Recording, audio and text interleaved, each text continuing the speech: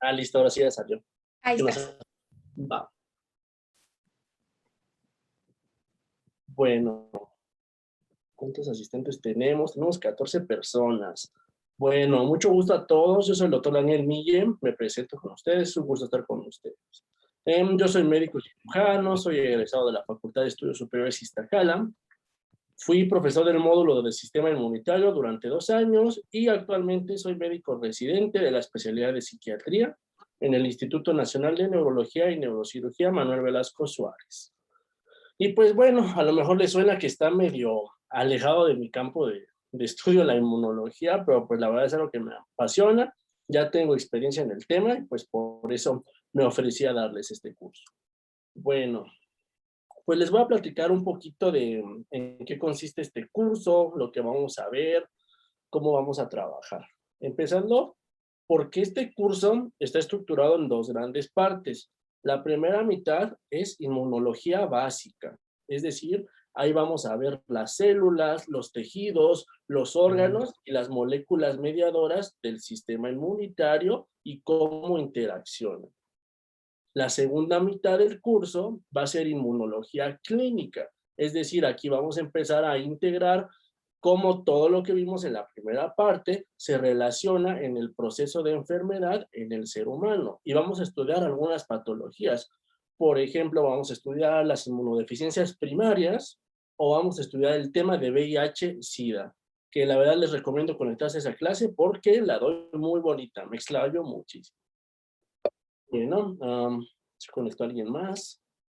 Bueno, ¿cómo vamos a trabajar? Simple y sencillamente yo les voy a dar todos los temas y al final de la clase, si nos queda tiempo, con mucho gusto voy a resolver todas sus dudas. ¿De acuerdo? Bueno, Isabel y Brenda ya me hicieron el favor de pasarles el calendario, para que puedan revisar cuáles son las fechas y cuáles son, los temas que vamos a revisar en el curso y los horarios. Por lo general los vamos a ver a la tarde a esta hora, a las 6 de la tarde. ¿De acuerdo? Y bueno, si revisaron lo que les mandó Isabel hace un rato, el primer tema con el que vamos a comenzar es precisamente las células de la respuesta inmunitaria, las citocinas y los órganos y tejidos linfoides. ¿De acuerdo?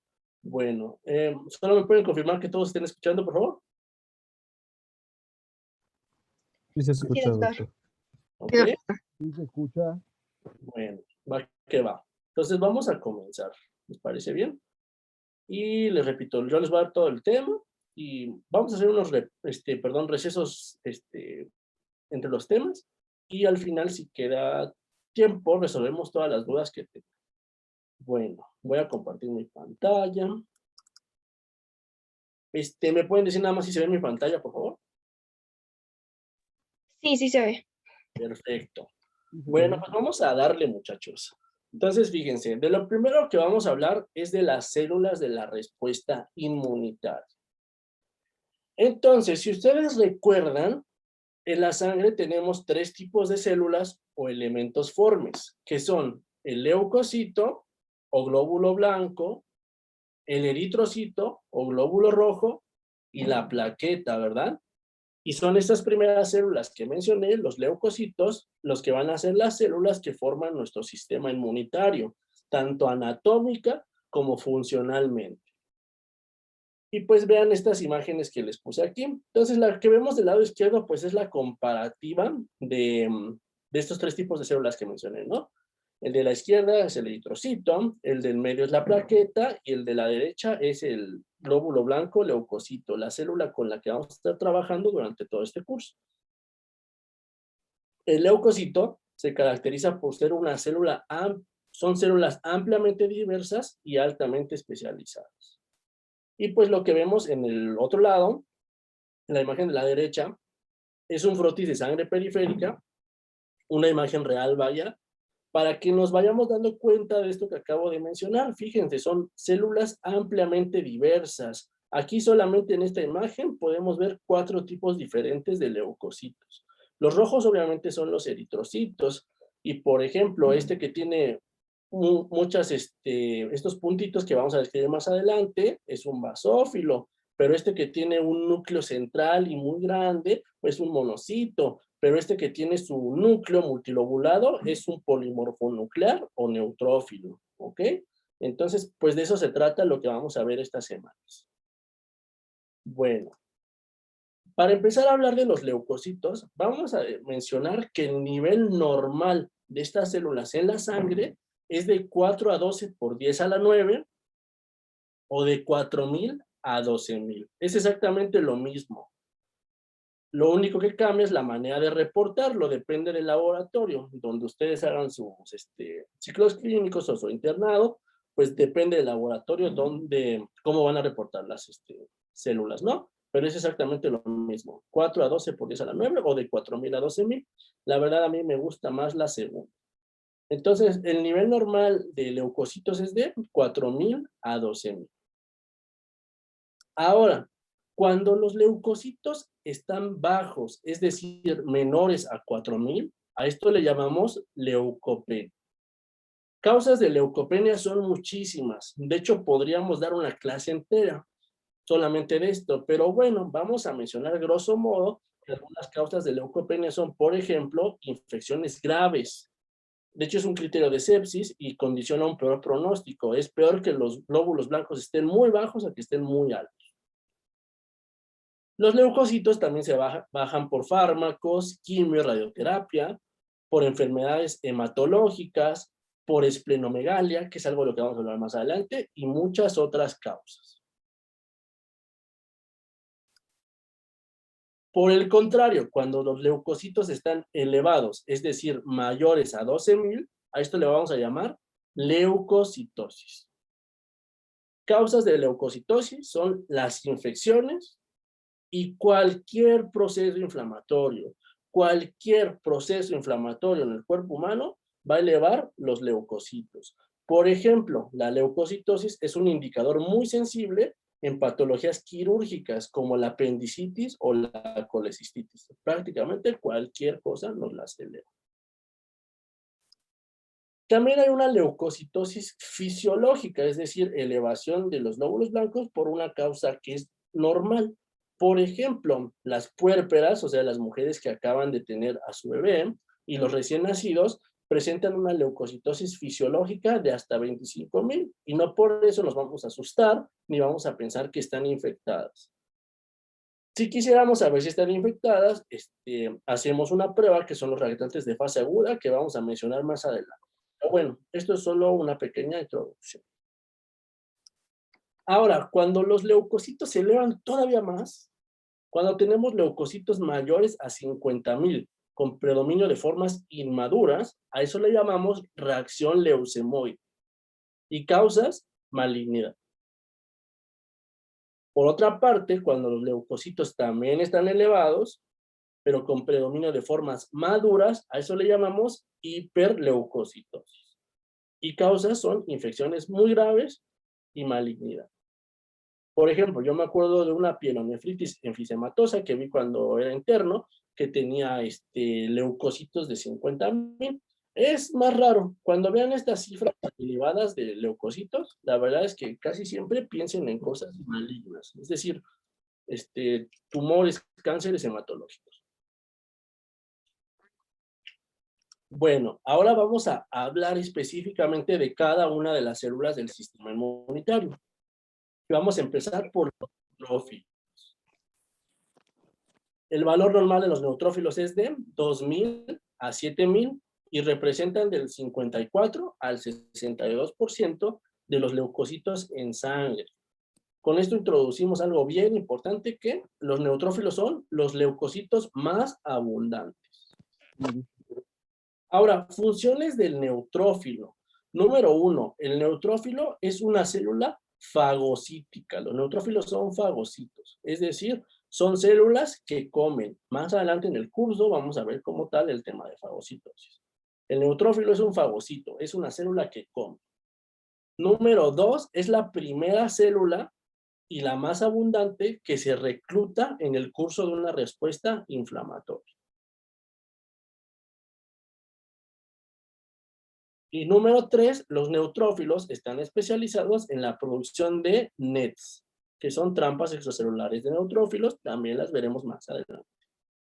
Esas tres cosas son las que tienen que recordar del neutrófilo. Es un fagocito, es la primera célula y la más abundante de la respuesta inflamatoria y producen las NETs.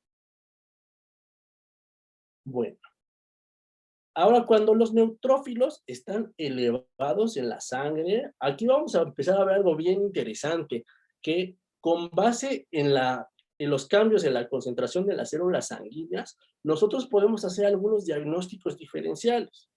Entonces, cuando los neutrófilos están bajos en la sangre, a eso le llamamos neutropenia, es decir, serían neutrófilos menores a 2000. Causas son las mismas que vimos ahorita: infecciones graves, fármacos, quimio, radioterapia, enfermedades hematológicas y muchas otras. Cuando los neutrófilos se bajan todavía más, por debajo de 500 o de 0.5, a eso le llamamos agranulocitosis. Los pacientes con agranulocitosis es, por ejemplo, el típico paciente con cánceres hematológicos o en tratamiento con quimio o radioterapia. Son las cosas que nos llevan hasta este extremo, ¿de acuerdo? Y estos pacientes se encuentran en alto riesgo de infecciones mortales y tienen que ser aislados. E infecciones que a nosotros nos darían risa, no nos causan más que 1 o 2 días de malestar, en estos pacientes pueden ser muy, muy graves. Por ejemplo, si a nosotros nos da una diarrea, en 2 días se nos quita. Pero si un paciente con agranulocitosis le da una diarrea, puede terminar en perforación intestinal. Por el contrario, cuando los neutrófilos están elevados, a eso le llamamos neutrófilo. Hablamos de neutrófilos mayores a 7000. E igualmente, como mencionamos, las causas son infecciones o cualquier proceso inflamatorio agudo.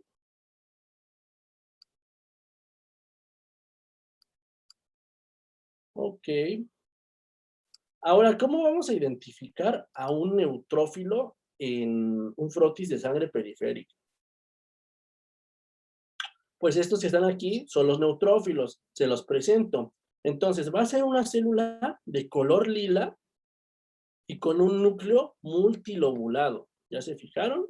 Este de acá tiene su núcleo dividido en 4, este en 3, este en 3, este me parece que en 2, ¿ok?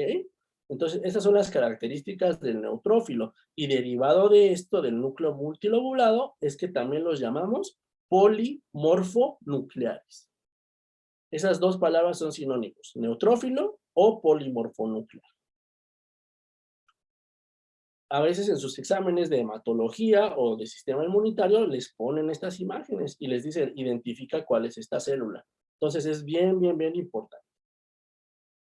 Ahora, los eosinófilos son otro tipo de leucocito. Su valor normal es de 0 a 450, es decir, es normal no encontrar ni un solo eosinófilo en un frotis de sangre periférica. Y representan del 1 al 3% de los leucocitos en sangre. Ahora, ¿cuál es la función del eosinófilo? Su función fisiológica es la respuesta contra las infecciones por parásitos. Eso es lo que hace un eosinófilo. Es para lo que vive.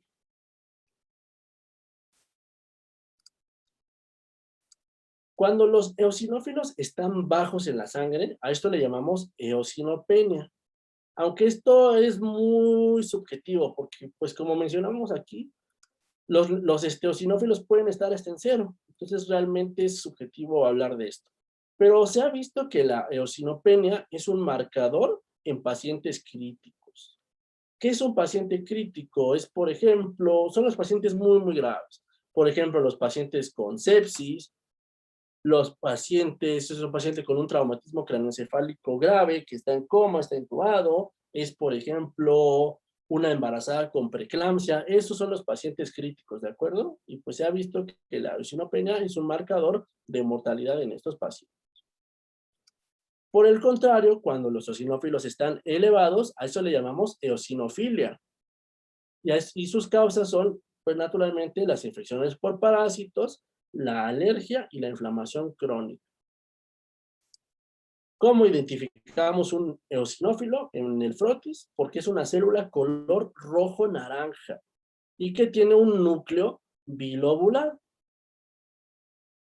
Dijimos que el neutrófilo tenía un núcleo multilobulado, ¿verdad? Vimos unos que tienen 3, otros 4, otros 5. El eosinófilo tiene su núcleo bilobulado, es decir, en 2 partes. Y así lo identifican. El basófilo es la célula de las sanguíneas, la menos, bueno, de los leucocitos, perdón, la menos abundante de todas, fíjate, de 0 a 200 y del 0 al 1% de los leucocitos en la sangre. Su función fisiológica también es la respuesta contra las infecciones parasitarias. Los basófilos bajos en sangre, igual también esto es muy subjetivo, pero se llama vasopenia, y realmente no tiene importancia clínica. No obstante, se ha observado en pacientes con enfermedades tiroideas. Y lo contrario, la basofilia, es decir, basófilos elevados, sus causas pueden ser alergia, inflamación crónica y malignidad. Es muy característico. Cuando ves un paciente con basofilia, un paciente anciano, siempre piensa mal. Bueno, ¿y cómo identificamos al basófilo? Es una célula con, bueno, para empezar, es muy raro encontrarlos en el frotis, ¿ok? Dijimos, puede haber 0 y es normal. Y ya que lo encontraste, ¿cómo lo identificas? Porque es una célula con abundantes gránulos, color azul oscuro o morado. Ya te fijaste, son muchísimos. Son tantos que impiden ver el núcleo. Ahora, otra célula de la que no tengo imagen porque no se le encuentra normalmente en la sangre, pero que tenemos que mencionar, es el mastocito. El mastocito es una célula que se encuentra no tanto en sangre, sino en los tejidos, en la proximidad de vasos sanguíneos o de nervios. También es una célula con gránulos e igualmente su función fisiológica es la defensa contra infecciones parasitarias. Pero algo súper importante, cuando el mastocito se desgranula, es decir, libera el contenido de sus gránulos, nos va a provocar síntomas alérgicos. Es la principal célula mediadora de las alergias. Entonces, ¿ya vieron que estas 4 células que mencionamos se parecen bastante? Pues no es casualidad. El neutrófilo, el eosinófilo, el basófilo y el mastocito, a estas 4 células juntas les vamos a llamar granulocitos. Repito, eosinófilo, basófilo, neutrófilo y mastocito son los granulocitos. Y se llaman así porque tienen gránulos en su interior y los liberan para realizar sus funciones. Ahora, igual, si te fijas, las últimas 3 que mencionamos, eosinófilo, basófilo y mastocito se parecen mucho. Su función fisiológica es la respuesta contra las infecciones parasitarias. Y su función patológica es que son las células que causan los síntomas alérgicos. Ahora, de estas 3, digamos que hay una que es la más importante para algo. Te digo, comparten función, pero hay una que es la más importante. La célula más importante que va a combatir las infecciones contra los eosinófilos, perdón, contra los parásitos, es el eosinófilo. Y la célula más importante que va a causar síntomas alérgicos es el mastocito. Eso debe quedar muy claro. Ya terminamos de hablar de los granulocitos, ahora vamos a hablar de los monocitos. Su valor normal es de 200 a 800 y son del 4 al 10% de los leucocitos en la sangre. ¿Cuál es la función del monocito? Son, igualmente que el neutrófilo, son fagocitos, ¿ok? Son células que comen, están especializadas en destruir microbios mediante fagocitosis. Y son las segundas células que se reclutan en el curso de una respuesta inflamatoria. Entonces, cuando encontramos muchos monocitos en la sangre, eso nos puede decir varias cosas. Por ejemplo, que el paciente tiene una infección, pero que ya se está resolviendo. Es decir, hasta en sus fases finales. O que puede ser una infección que tiene tendencia a cronificarse. Se está cronificando. Cuando los monocitos están bajos, ahora eso le vamos a llamar monocitopenia. Causas se parecen a las de los neutrófilos, infecciones graves, fármacos, quimio, radioterapia y enfermedades de la médula ósea. Y cuando están altos, a eso le llamamos monocitosis. Y sus causas son fase de recuperación en infecciones agudas, ya dijimos, infecciones por patógenos intracelulares, por ejemplo, tuberculosis y enfermedades hematológicas. ¿Cómo identificamos a un monocito? Porque es una célula de gran tamaño, ¿ya te fijaste? Alrededor se ve grande, incluso comparado con los eritrocitos y estos con otros chiquititos leucocitos. Es una célula de gran tamaño, tiene un núcleo único y grande, con forma arriñonada o cerebriforme. ¿Ya te fijaste? Este parece un riñón, el de la derecha, y este sí parece un cerebro. Y no tienen gránulos, ¿ok? Por lo mismo, también se les llama agranulocitos, en contraposición a las otras células que acabamos de ver, ¿no? Y bueno, ahora los linfocitos. Los linfocitos, en general, su valor en sangre es de 1500 a 4000 y son del 20 al 40% de los leucocitos. Si te fijas, son los más abundantes después de los neutrófilos. ¿Cuál es la función de los linfocitos? Vamos a mencionar de una vez que los linfocitos son las células de la inmunidad adaptativa. Y la inmunidad adaptativa se divide en humoral y celular. Y cada una de estas está representada por un tipo de célula. El linfocito B es la célula de la inmunidad humoral y su función fisiológica es la respuesta contra las infecciones por bacterias extracelulares y hongos. Para eso viven los linfocitos B principalmente. Otra cosa importantísima, cuando los linfocitos B se activan, se diferencian en células plasmáticas. Eso lo vamos a ver más adelante en el curso, pero se puede mencionar una vez. Cuando el linfocito B se activa, se convierte en célula plasmática y esa célula plasmática está especializada en la producción de anticuerpos o inmunoglobulinas. Entonces, si te llegan a preguntar cuál es la célula que produce la inmunoglobulina, no vas a poner el linfocito B, vas a poner la célula plasmática. Y decíamos, la otra rama de la inmunidad adaptativa es la inmunidad celular, y esta está representada por los linfocitos T. La función del linfocito T es la respuesta contra las infecciones por bacterias intracelulares, virus, y también matan a las células cancerígenas. También vamos a ver cáncer más adelante. Bueno, y cuando los linfocitos están bajos, a eso le llamamos linfopenia, serían linfos menores a 1500. Causas, fármacos, quimioterapia, enfermedades hematológicas y algo que vamos a hablar muy a fondo más adelante, el VIH-Sida. Y cuando están altos, más de 4000, a eso le llamamos linfocitosis. Causas, infecciones virales, infecciones e inflamación crónica y malignidad. Los hematólogos dicen que el linfocito B es la célula maldita de la hematología, porque casi todos los cánceres hematológicos se derivan de células B, la gran mayoría. ¿Y cómo identificamos a un linfocito en el frotis? Fíjate, es una célula, bueno, para empezar, los linfocitos B y los T son indistinguibles por frotis. Solo con ver esto no puedes decir es una célula B o T. La diferenciación se hace por búsqueda de los marcadores CD, que vamos a hablar también más adelante de ellos, por otra técnica.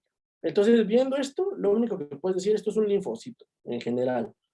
¿Y cómo lo identificas? Porque es una célula con citoplasma color lila o azul pálido y tiene un núcleo grande, ¿ok? Fíjate, el núcleo ocupa casi toda el espacio de la célula y eso nos habla de que es una célula con una actividad metabólica muy importante. Y bueno, nos faltó mencionar otro tipo de linfocito, que es el linfocito NK.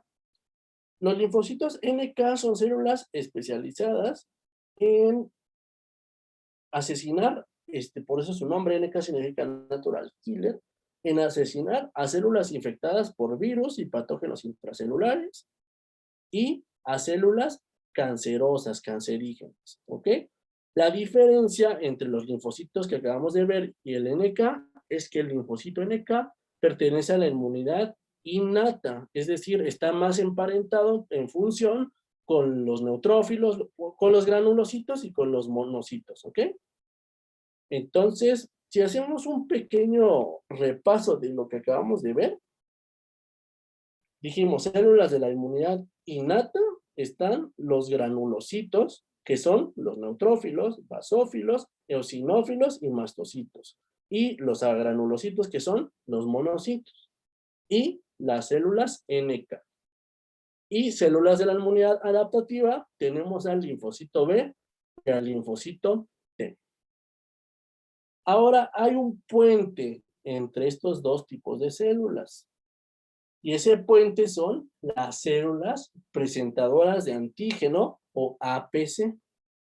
Repito, el puente entre la inmunidad innata y la inmunidad adaptativa son las células presentadoras de antígeno o APC.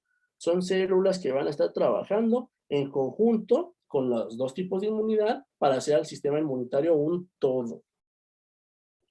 Ahora, tenemos tres tipos de células presentadoras de antígeno. Primera célula y la más importante es la célula dendrítica, ¿ok? La célula dendrítica es la célula presentadora de antígeno más importante, es la célula más chismosa del cuerpo. Es una célula que solo vive para presentar antígeno. Número 2, el monocito o macrófago. También no les mencioné la diferencia entre monocito y macrófago. Ahorita nos regresamos a eso, ¿ok? No pasa nada. El monocito macrófago también es una célula presentadora de antígeno. Y número 3, el linfocito B. Entonces, las tres células presentadoras de antígeno son la dendrítica, el monocito macrófago y el linfocito B. Nada más nos regresamos tantito a los monocitos. Fíjate, cuando el monocito está en sangre, recibe ese nombre tal cual, monocito, ¿ok? Pero algunas de estas células migran hacia los tejidos y ahí se diferencian en macrófagos, ¿ok? Súper, súper importante. Entonces, es la misma célula, pero cuando está en la sangre se llama monocito y cuando está en el tejido se llama macrófago. Y realmente realizan las mismas funciones. Ahora, algunos macrófagos tienen nombres propios. Son macrófagos que desde el desarrollo embrionario se quedan a vivir en algunos tejidos del cuerpo y ahí se diferencian, se vuelven células especializadas y se les ha dado nombre propio. Por ejemplo, los macrófagos del hueso se llaman osteoclastos. Los macrófagos del hígado se llaman células de Kupffer. Los macrófagos de la articulación se llaman sinoviocitos tipo 2.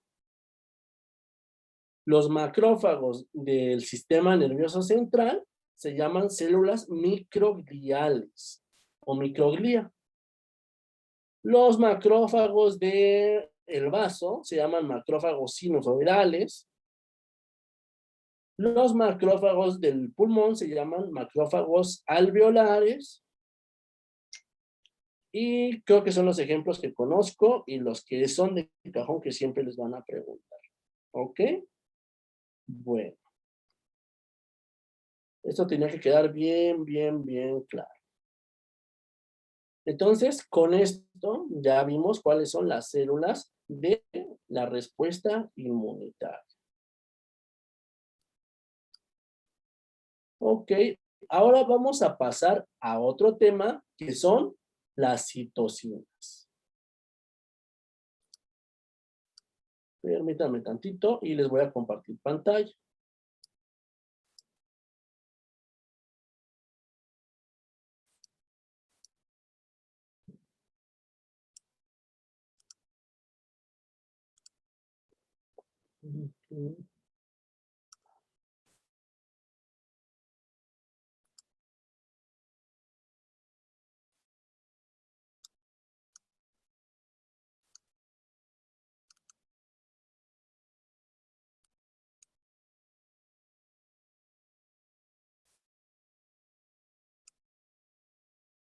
Listo. Nada, ¿me pueden decir si por favor ven mi pantalla? Se deben ver unos cuadros de colores. Sí, doctor. Sí se ve, doctor. Perfecto. Bueno, entonces ahora ya hablamos de las células de la respuesta inmunitaria. Entonces ahora vamos a hablar de las citocinas. Hay dos cosas importantes para definir la palabra citocina. Entonces, lo más importante, ¿cómo se define citocina? Así de sencillo, las citocinas son las hormonas del sistema inmunitario. En un enunciado, las citocinas son las hormonas del sistema inmunitario. Es decir, son sustancias químicas mediante las cuales se comunican las células de la respuesta inmunitaria. Y les digo, funcionan idénticamente a las hormonas del sistema endocrino. Entonces, eso es lo importante de las citocinas, ¿ok? Entonces, son las hormonas del sistema inmunitario y son sustancias químicas mediante las cuales se comunican las células de la respuesta inmunitaria. Ahora vamos a tener varios tipos de de citocinas, ¿de acuerdo? Son varios. Entonces vamos a empezar a estudiarlas. Entonces, unas que vamos a ver muchísimo a lo largo del curso son las que están aquí en el cuadro rosa, las citocinas proinflamatorias. ¿Por qué se llamarán proinflamatorias? Recuerda, etimologías grecolatinas. Pro significa en favor de. Entonces, son citocinas que estimulan la inflamación, estimulan la respuesta inflamatoria. Ahora, son tres citocinas inflamatorias que te tienes que saber de cajón. Interleucina 1, interleucina 6 y TNF-alfa. Son muchas más, pero las tres que te tienes que saber de cajón son 1, 6 y TNF-alfa. ¿De acuerdo? Jamás las olvides. Y aparte, vamos a seguirlas viendo todo el curso. Ahora, las citocinas proinflamatorias tienen efectos locales, efectos sistémicos y efectos patológicos, ¿ok? Todo alrededor de esto que acabo de explicar, que es la inflamación.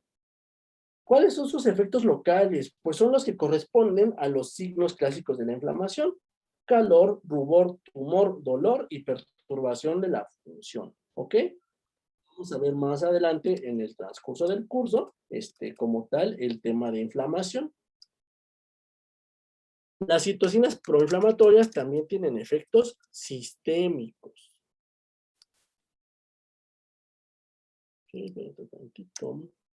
Efectos sistémicos.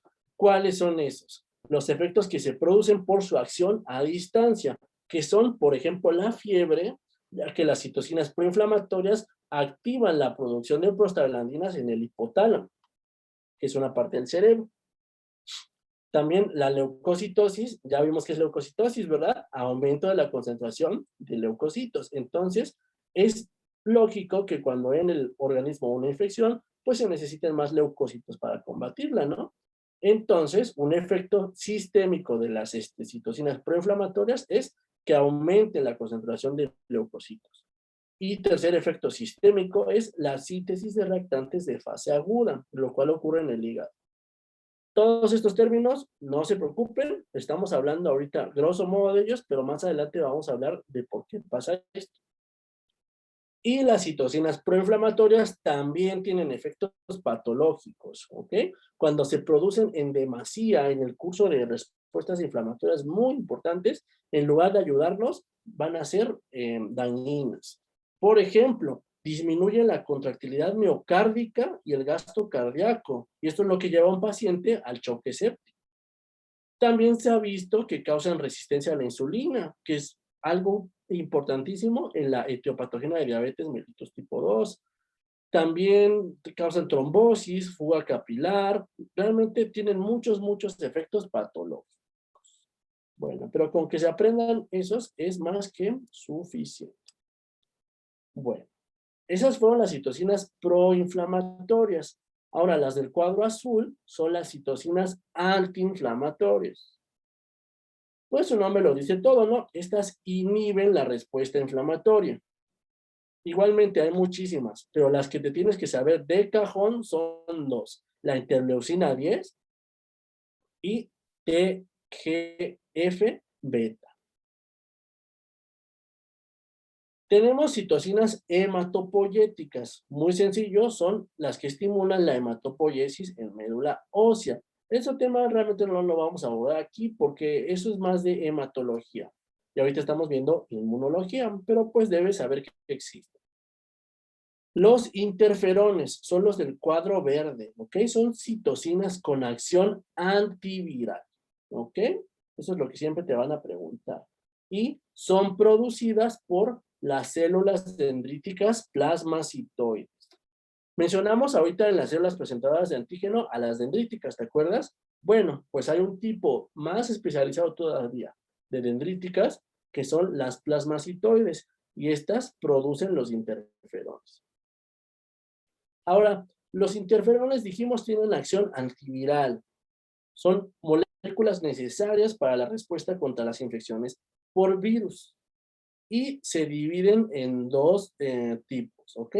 Tenemos a los interferones, bueno, tenemos tres tipos, pero los de la respuesta viral son dos. Tenemos a los interferones tipo 1, el cual a su vez se dividen en alfa y beta. Y estos son ubicuos en el cuerpo. Es decir, tienen receptores en todas las células del cuerpo. Y tenemos a los interferones tipo 3, también llamados lambda. Estos solamente tienen receptores en los epitelios digestivo y del árbol respiratorio. Entonces son importantes para la respuesta contra las infecciones en estos lugares del cuerpo. ¿Y qué es exactamente lo que hace el interferón? Pues que en las células infectadas y en las que no se han infectado todavía, estimula una respuesta antiviral que consiste en la degradación del ARN viral y en bloquear la transcripción y la traducción de los virus y sus nuevas partículas. ¿Ok? Bueno. Y por último, en cuanto a las citocinas, están las quimiosinas o citocinas quimiotácticas, ¿ok? Es lo mismo, pero abreviado. Quimiosinas o citocinas quimiotácticas. Estas son citocinas que dirigen el movimiento de las células inmunitarias. Esto le llamamos quimiotaxis, ¿ok? Te doy un ejemplo de cómo funciona la quimiotaxis. A lo mejor te ha pasado en tu vida que te vas a una fiesta sin pedir permiso, ¿ok? Y ya son las 4 de la mañana y no has llegado a tu casa. Y entonces ves el celular y tienes 20 llamadas perdidas de tu mamá. Entonces, esa es la señal que te dice regrésate a la casa en friega, ¿ok? Es una quimiotaxis, ¿ok? Exactamente así funcionan estas células. Son señales que le dicen a las células inmunitarias hacia dónde moverse. Son señales que le dicen a la célula inmunitaria, te necesito aquí y ahora, pero a la de ya, ¿ok? Como tu mamá cuando está enojada. Entonces, así funcionan las quimiosinas. Ahora, quimiosinas tenemos muchísimas. Hay 4 familias, pero las que te pueden preguntar, te tienes que aprender de cajón en un curso de inmunología, son estas, ¿ok? Fíjate, tenemos cada quimiosina tiene su receptor. En el cuadrito amarillo de la derecha hay unos ejemplos. Por ejemplo, la citosina CCL2, cuando se une a su receptor, que es CCR2, es la citosina quimiosina que moviliza a los macrófagos. Las citocinas CXCL1 y CXC8, cuando se unen a sus receptores, que son CXCR1 y CXCR2, movilizan a los neutrófilos. Y la citocina CCL19, cuando se une a su receptor, que es CCR7, es la citocina que media la unión de la célula dendrítica y del linfocito T. A eso le llamamos beso inmunológico y lo vamos a ver más adelante en el curso. ¿Ok? Bueno, recuerda de lo que mencioné, el primero es la quimiosina y el segundo es el receptor. El que tiene la R es el receptor. ¿De acuerdo? Bueno. Y pues estas fueron las generalidades sobre las citocinas. ¿Ok? Bueno, pues nos falta ahora ver los órganos y tejidos de la respuesta inmunitaria, pero vamos a dar un pequeño descanso, ¿ok? Entonces, ¿Les parece? Sí, son las 6:43. Nos vemos aquí otra vez en 10 minutos. ¿Ok? No se salgan de la reunión. Aquí nos vemos otra vez ahorita. Hecho. Gracias. Ok, doctor. Hasta ahorita, ¿cómo vamos? ¿Me están entendiendo? ¿Tiene algún comentario? ¿Todo bien? Hasta ahorita todo bien. Ok. Sí, todo bien, doctor. Bueno, pues vamos a continuar, ¿de acuerdo? Como les decía, vamos a ver la última parte, que son las células, perdón, los tejidos y los órganos linfoides. Y sí nos va a quedar tiempo al final por si tienen alguna duda, ¿de acuerdo? Bueno.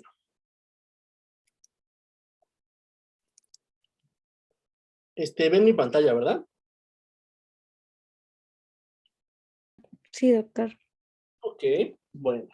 Entonces, ahora vamos a hablar de los órganos y los tejidos linfoides. Entonces, vamos a decir que lo más importante es que los órganos y tejidos linfoides se dividen en dos grandes grupos. Tenemos primarios y secundarios. ¿Cuál es la gran diferencia? El órgano linfoide primario es donde nacen y maduran las células de la respuesta inmunitaria. Y el órgano linfoide secundario es donde estas células actúan, es decir, es donde se montan las respuestas inmunológicas. Repito, el órgano linfoide primario es donde nacen y maduran las células de la respuesta inmunitaria. El órgano linfoide secundario es donde se montan las respuestas inmunitarias. De cada uno, pues hay sus ejemplos, ¿no? Entonces vamos a empezar con los primarios, que son los del lado izquierdo y están en rosa. Y tenemos dos órganos linfoides primarios importantes. Primero, la médula ósea. Aquí es donde nacen todas las células sanguíneas y, por supuesto, todas las células de la respuesta inmunitaria, todos los leucocitos. Y además es el sitio donde maduran específicamente los linfocitos B. Ahora tenemos dos tipos de médula ósea. Tenemos médula ósea roja, que es la hematopoyéticamente activa, es decir, aquí es donde como tal nacen las células de la sangre. Cuando somos recién nacidos, la médula ósea roja ocupa la mayor parte de la cavidad medular de todos los huesos, pero conforme crecemos, conforme llegamos a la adultez, esta se va degenerando en favor de la médula ósea amarilla, y en el adulto solo encontramos médula ósea roja en los huesos planos, como el esternón, las vértebras, las costillas y los huesos ilíacos o coxales, los huesos que forman la articulación la pelvis. Y cuando queremos obtener médula roja para estudiarla en el adulto, pues aquí es donde hacemos la punción, ¿ok? Bueno. Y les decía, hay otro tipo de médula ósea, que es la médula ósea amarilla, ¿ok? Y esta es principalmente tejido adiposo. Y en el adulto, dijimos, es la más abundante. Ojo, nunca se confundan con médula ósea y médula espinal. Ese es un error que luego he visto muchos en mis alumnos. Entonces, no, la médula espinal, pues ya saben, es tejido nervioso que ocupa la cavidad central de la columna vertebral. Y la que estamos hablando ahorita es la médula ósea, ¿ok? Y ocupa la cavidad medular de los huesos. Y ya dijimos cuáles, ¿no? Bueno. Y el otro órgano linfoide primario es el timo. Aquí es donde maduran específicamente los linfocitos T. Ojo, maduran, no nacen. Ya dijimos que todas las células de la sangre nacen en la médula ósea, ¿verdad? Y los linfocitos B maduran ahí y los linfocitos T maduran en el timo. Por esto mismo, los linfocitos T en desarrollo reciben el nombre de timocitos. Ahora, ¿de qué se trata esto de que ahí madura el linfocito T? ¿Ok? Ahí es donde el timocito o linfocito T en desarrollo se educa. ¿Se educa para qué? Para diferenciar lo propio de lo ajeno. Es decir, para ser una célula inmunocompetente y que va a atacar a los microbios extraños, no va a atacar al propio cuerpo. Cuando se pierde esa tolerancia, cuando se pierde ese control, esa regulación, es cuando aparecen las enfermedades autoinmunitarias como el lupus, la artritis reumatoide, el síndrome de Sjögren, muchos otros que vamos a ver más adelante. Ahora, el timo está formado por dos tipos de células principalmente. Tenemos a las células corticales, que son productoras de interleucina 7, que es una citocina hematopoyética, recuerda lo que vimos en el tema anterior, que estimula la maduración de los timocitos, es trófica para ellos. Y por células medulares, que son propiamente las maestras de los timocitos, son las que les enseñan a diferenciar lo propio de lo ajeno. ¿Cómo se da esto? Lo vamos a ver más adelante. Bueno, ahora este proceso de maduración de los linfocitos T en el timo es súper selectivo. El 95% de los timocitos mueren, es decir, no pasan la prueba, no pasan el examen, no aprenden a diferenciar lo propio de lo ajeno. Y esos timocitos muertos se depositan en los corpúsculos de Hassall, ¿ok? Así se llaman estas estructuras que son los cementerios de los linfocitos T. Y dijimos, solo el 5% pasa la prueba, son linfocitos T competentes y se liberan a la circulación para efectuar sus funciones y sobre todo con la certeza de que son seguros y no van a atacar al propio cuerpo, lo cual también es un azar porque hay otros mecanismos que causan las enfermedades autoinmunes que vamos a ver más adelante. Bueno. Ahora vamos a hablar de los secundarios. Entonces dijimos, aquí es donde se montan las respuestas inmunológicas. Y vamos a empezar por hablar del ganglio linfático. El ganglio linfático es el órgano linfoide más importante, es lo más importante del sistema inmunitario. Así te lo pongo. Así como el neurólogo dirá que el cerebro es el órgano más importante del cuerpo, el cardiólogo el corazón, pues los hematólogos, los inmunólogos siempre te van a decir que es El ganglio. lo linfático, ¿ok? Siempre van a decir eso, ¿ok? Y pues realmente sí, o sea, a lo mejor realmente puede ser verdad, ¿no? Quítale a una persona los folículos primarios y secundarios y vas a ver lo que pasa en su cuerpo. Pero bueno. Ahora, ¿cuál es la función del órgano linfoide más importante del cuerpo? Es decir, el ganglio linfático, que filtra la linfa, ahorita vamos a hablar de qué es la linfa, y los antígenos contenidos en ella, ¿ok? El ganglio linfático filtra la linfa y los antígenos contenidos en ella. Bueno, ahora el ganglio linfático tiene una estructura muy bonita, muy delicada, muy bien estudiada, que lo divide en 3 zonas. Estamos en el cuadro azul, ¿ok? Entonces, el ganglio linfático va a tener una corteza y ahí vamos a encontrar a los linfocitos B organizados en folículos. Va a tener una paracorteza, donde vamos a encontrar a los linfocitos T y a las células dendríticas. Y este es el sitio anatómico donde se da el procesamiento y la presentación del antígeno obeso inmunológico. Ya habíamos dicho, ¿verdad? Y va a tener una médula que tiene celularidad mixta. Entonces, ganglio linfático, corteza, linfocitos B en folículos. Para corteza, linfocitos T y células dendríticas, y médula, celularidad mixta. Ahora, de la corteza, en los folículos, de estos tenemos 2 tipos. Los folículos se van a dividir en primarios y secundarios. ¿Cuál es la diferencia?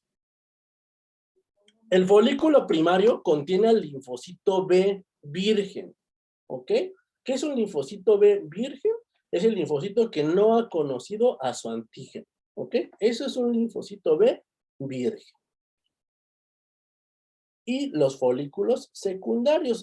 Una vez que el linfocito B conoce a su antígeno, es decir, deja de ser virgen, estos linfocitos en el ganglio linfático forman folículos secundarios o centros germinales. Ahí van a realizar expansión clonal, es decir, se dividen, se multiplican, se reproducen, ¿ok?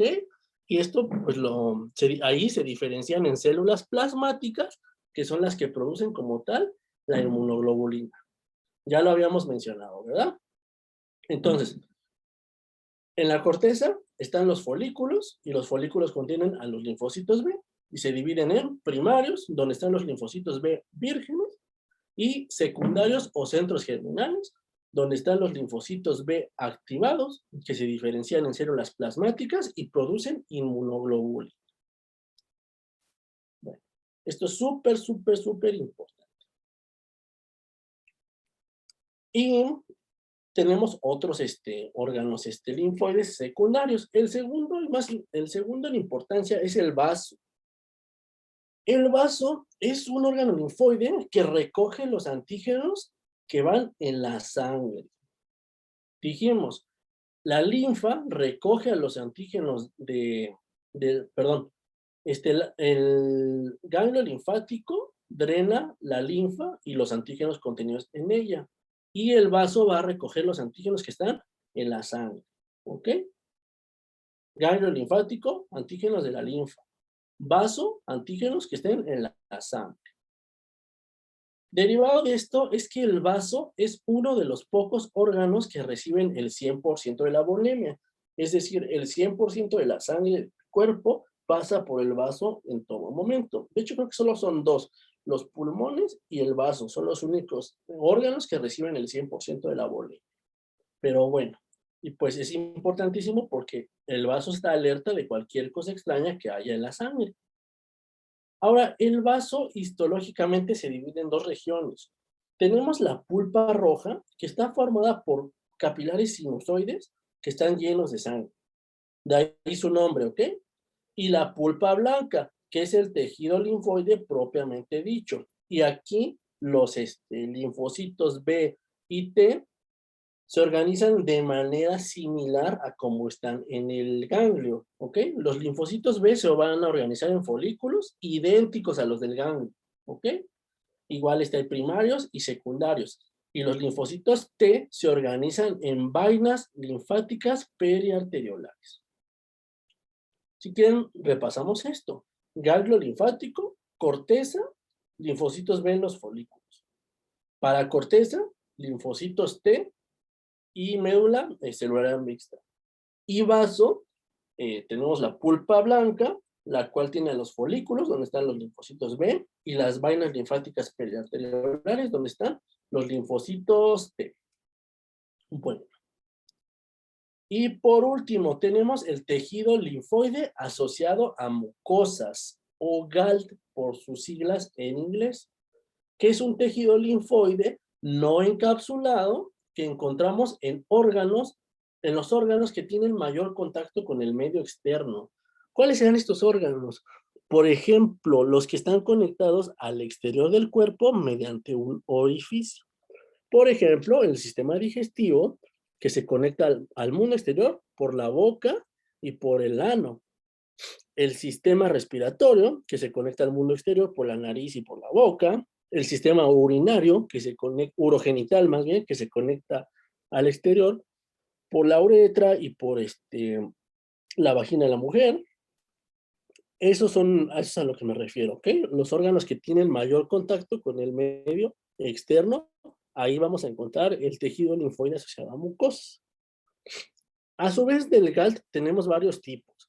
Por ejemplo, tenemos BALT, que es tejido linfoide asociado al sistema respiratorio. La B es de bronquio, ¿ok? Se entiende. Y incluye el anillo de Valdeyer, que son las amígdalas que están en la faringe. Tenemos el GALT, que es el tejido linfoide del sistema digestivo. La G es de gut, en inglés intestino. Y aquí tenemos que nombrar a las placas de Peyer, que si las recuerdan es este tejido linfoide que está en la unión de intestino delgado e intestino grueso. Tenemos el CALT, que es el tejido linfoide asociado a las conjuntivas, y tenemos el SALT, que es el tejido linfoide asociado a la piel, que la piel no es una mucosa propiamente dicha, pero pues se engloba dentro de estas, ¿no?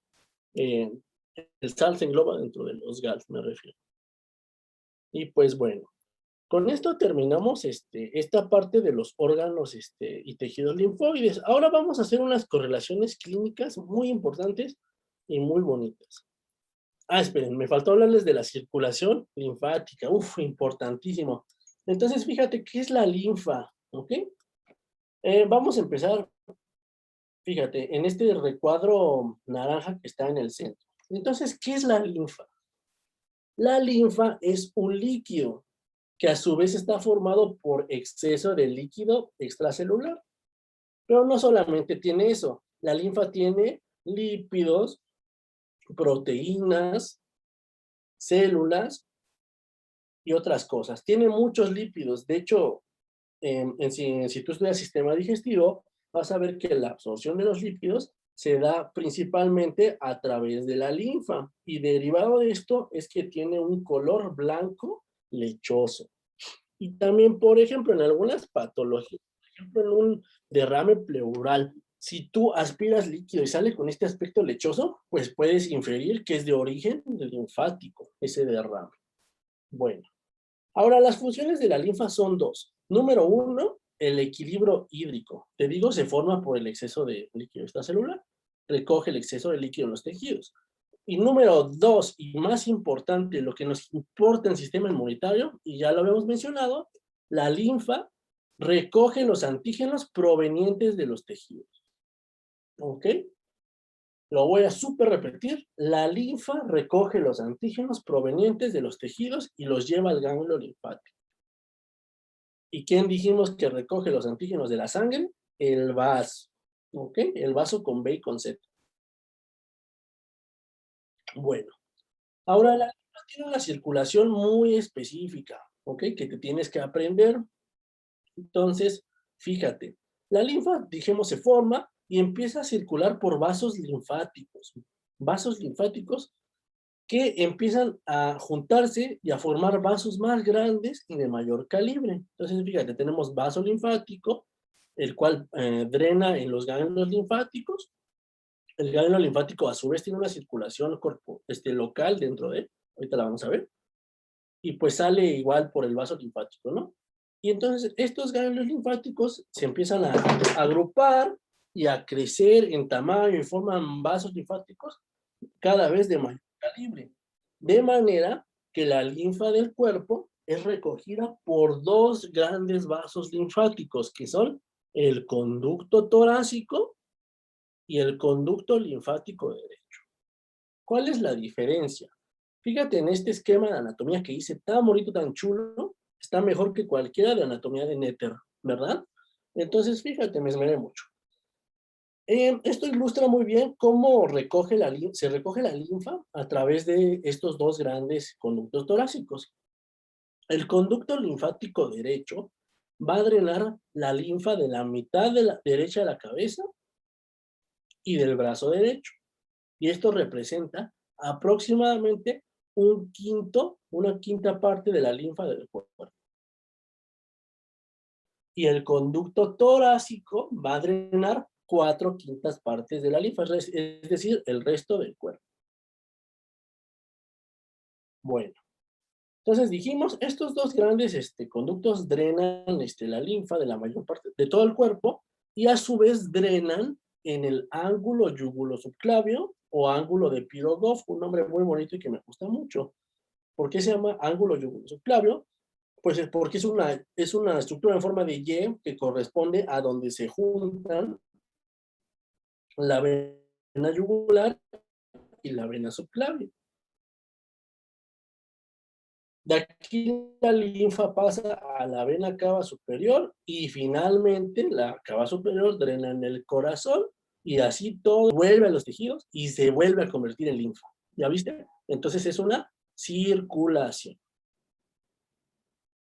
Ahora los líquidos, algo importantísimo, los líquidos en el cuerpo circulan impulsados por bombas o por algún mecanismo activo, ¿no? Por ejemplo, la sangre arterial circula por el cuerpo impulsada por una bomba que es el corazón. La sangre venosa circula por el cuerpo por la contracción de las válvulas y también por las válvulas, ¿ok? Pero la linfa no tiene ninguna bomba que la haga circular. Entonces, la linfa circula por el cuerpo de manera pasiva, principalmente propulsada por la contracción muscular, ¿ok? Al tú moverte, estás haciendo que la linfa circule por el cuerpo. Bueno, dijimos que dentro del ganglio linfático también hay una circulación, también te la tienes que aprender. Fíjate, la linfa entra al ganglio linfático por el vaso linfático aferente y comienza a fluir a través del ganglio linfático. Del linfático aferente pasa al seno, del seno capsular pasa al seno trabecular, del seno trabecular pasa al seno medular. Finalmente, la linfa sale del ganglio linfático a través de un ganglio linfático, vaso linfático. Entonces, todo esto que está aquí está pasando aquí en medio, ¿ok? Donde dice ganglio linfático. Bueno. Listo. Ahora sí, esto fue todo lo que corresponde a la linfa. Tema importantísimo, pero que la verdad los inmunólogos lo ignoran muchísimo. Más ustedes como estudiantes de medicina, es súper importante que conozcan qué es la linfa y cuál es su circulación. Bueno, y ahora sí vamos a hablar de algo muy bonito que son las correlaciones clínicas. ¿Ok? Vamos a un poquito de práctica clínica en esto. Punto número 1. Ganglios linfáticos aumentados de tamaño. Un error muy común de los médicos es decir que los ganglios linfáticos aumentados de tamaño es porque están inflamados. Eso no es cierto, eso es una falacia. Te voy a explicar por qué. Fíjate, dijimos que cuando los linfocitos B conocen a su antígeno, forman en el ganglio linfático folículos secundarios o centros germinales. ¿Y qué dijimos que pasaba ahí? Que hacen expansión clonal, es decir, se multiplican, se reproducen, se dividen. Es decir, aumenta el número de células. Y este aumento del número de células es lo que hace que el ganglio aumente de tamaño. No es que esté inflamado, es que tiene más células y por eso está grande. Y a esto clínicamente le debemos llamar adenomegalio. Entonces, la próxima vez que tus profesores te digan ganglios inflamados, se los refuta científicamente con esto. Ahora, ¿un ganglio linfático en realidad sí se puede inflamar? Sí, sí se puede, ¿ok? Pero esto es algo muy distinto y a esto clínicamente le debemos llamar adenitis. ¿Cómo es un ganglio inflamado? O infectado, duele, está caliente e incluso puede supurar y abrirse a la piel. Entonces, espero que esto haya quedado muy claro. Y persona que diga que los ganglios linfáticos están inflamados, hágame el favor de no decir que fue alumno mío. Bueno. Segunda correlación clínica. ¿Se puede vivir sin vaso? Por supuesto que se puede. Aunque es un órgano muy importante, se puede vivir sin vaso. Algunos escenarios comunes de esplenectomía, es decir, la operación por la que te quitan el vaso, son pacientes con traumatismo abdominal. Yo recuerdo muchos pacientes que se accidentaron en moto y se les reventó el vaso, y pacientes con esferocitosis hereditaria, que es una enfermedad en la que los eritrocitos tienen forma redonda, como de baloncitos. Entonces, cuando atraviesan por los sinusoides del vaso, se atoran y los macrófagos del vaso los destruyen. Y estos pacientes tienen una anemia crónica. Entonces, la manera de controlar esto, pues, es quitarles el vaso. La asplenia, es decir, cuando ya no tienen vaso, sin esplenvaso, así como las deficiencias del complemento, hacen que estos pacientes sean más propensos a infecciones por bacterias encapsuladas, como neumococo, que causa la neumonía, meningococo, que causa la meningitis, y gonococo, que causa la gonorrea, entre otras, ¿no? Entonces, la gente sin vaso, esto es a lo que está propensa. Ahora, la obstrucción de la circulación linfática en algún punto de su trayecto nos va a dar linfedema. Si recuerdas tus clases de semiología, el edema tiene una semiología. No es lo mismo el edema cardíaco que el edema renal que el linfedema. Por ejemplo, el edema cardíaco, ¿te acuerdas que es un edema de predominio vespertino, de predominio en partes declives? Es un edema caliente y es un edema simétrico, puede ser hasta generalizado, hasta llegar a lo que se llama anasarca, ¿no? En el caso del linfedema, es decir, edema por acumulación de linfa, también tiene su semiología. Y fíjate, el linfedema es frío, es doloroso, no deja fobia, es decir, no deja este signo de Godet cuando pones el pulgar. Y es más frecuentemente unilateral. Y como lo decía aquí, compara estas características clínicas con las de otros edemas, como el cardíaco o el renal. Muy bien. Y la última correlación clínica que se me olvidó aquí, en la parte que estábamos viendo de los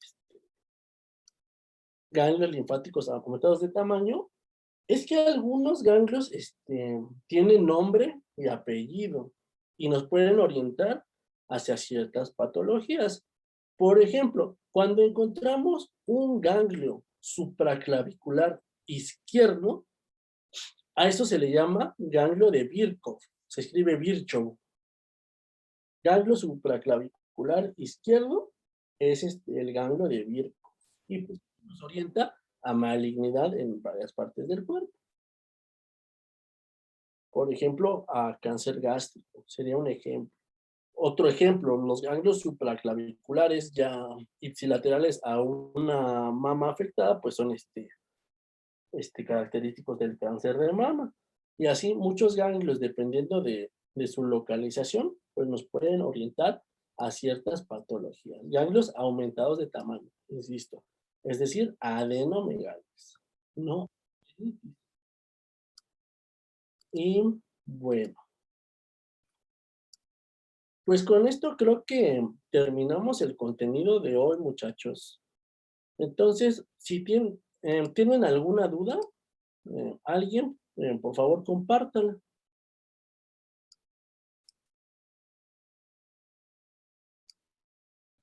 René alzó la mano. ¿Qué pasó, René?